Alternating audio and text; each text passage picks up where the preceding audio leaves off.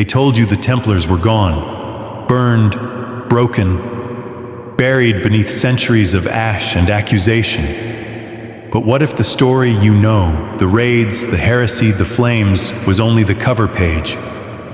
Imagine a brotherhood so powerful it outlived kings and popes, a secret so dangerous it had to vanish to survive.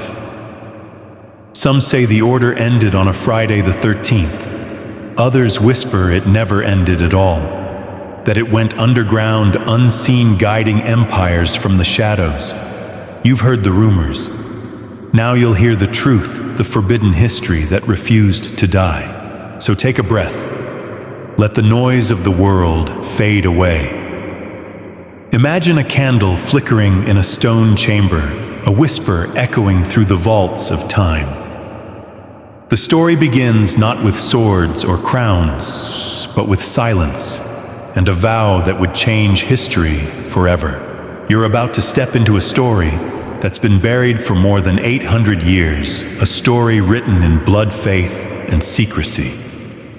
The Knights Templar began as protectors of pilgrims, yet their legacy would stretch far beyond the deserts of Jerusalem. They built a network that reached across continents, guarded mysteries older than the church itself, and defied every power that tried to erase them. Tonight, we will trace their journey from the holy dust of the Temple Mount to the quiet halls of modern Europe, where their symbols still whisper from stone. So get comfortable.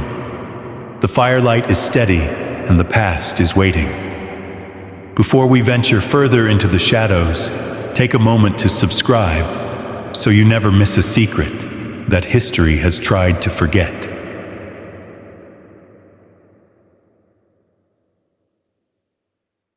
You begin, as they did, with a city that bleeds history from every stone. Jerusalem, sacred, fractured, coveted.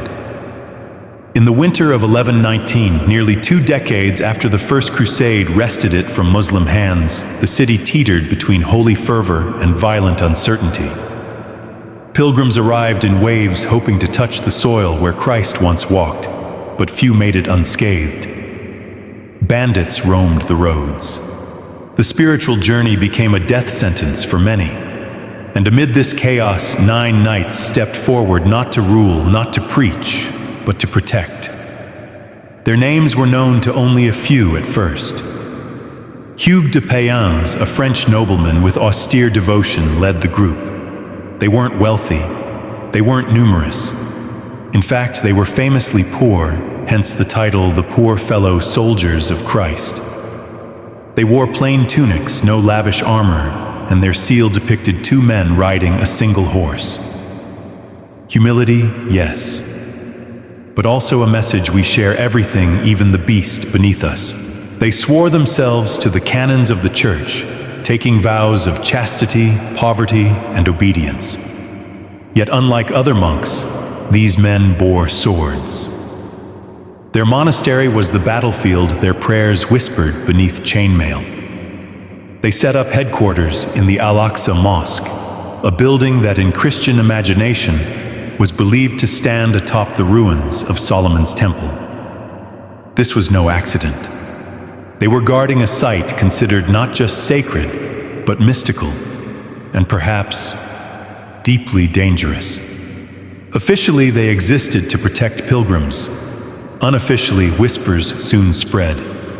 9 knights in Jerusalem, living atop the Temple Mount, and for 9 years they took no new members. No one quite knew what they were doing. There were no records, no logs, just silence for nearly a decade. It's as if they vanished into the stone itself, and when they emerged, everything changed. By 1129, the Templars were no longer an obscure band of warrior monks. At the Council of Troyes, they received formal recognition from the church.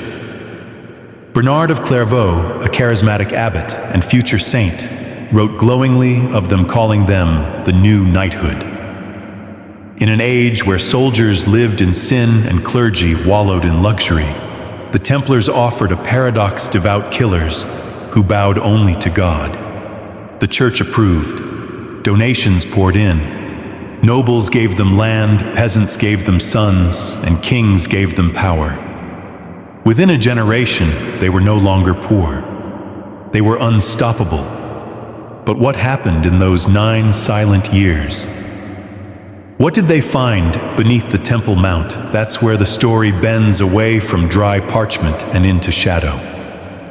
Later claims, many dismissed as fantasy, speak of excavations, scrolls, and hidden vaults. The idea that the Templars stumbled upon something ancient and volatile has fueled centuries of speculation. And while there is no conclusive evidence, some details refuse to sit quietly. One account, buried in the writings of a 19th century antiquarian, references a chamber discovered beneath Al-Aqsa with strange markings. Hebrew, yes, but also older glyphs unfamiliar to Crusader scholars.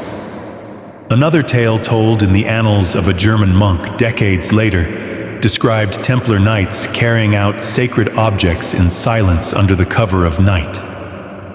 No one knew where they went. It's here that legend and reality blend like incense in cathedral light. Some suggest the Templars uncovered relics, perhaps from the First Temple. Others believe they found knowledge, pre-Christian texts, blueprints of power, or esoteric wisdom suppressed by the early church. Even the Ark of the Covenant has made its way into these theories. Again, nothing proven. But what's important isn't just what they found. It's how they acted afterward.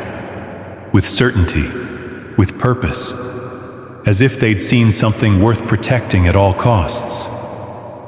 Historians often debate the plausibility of such claims.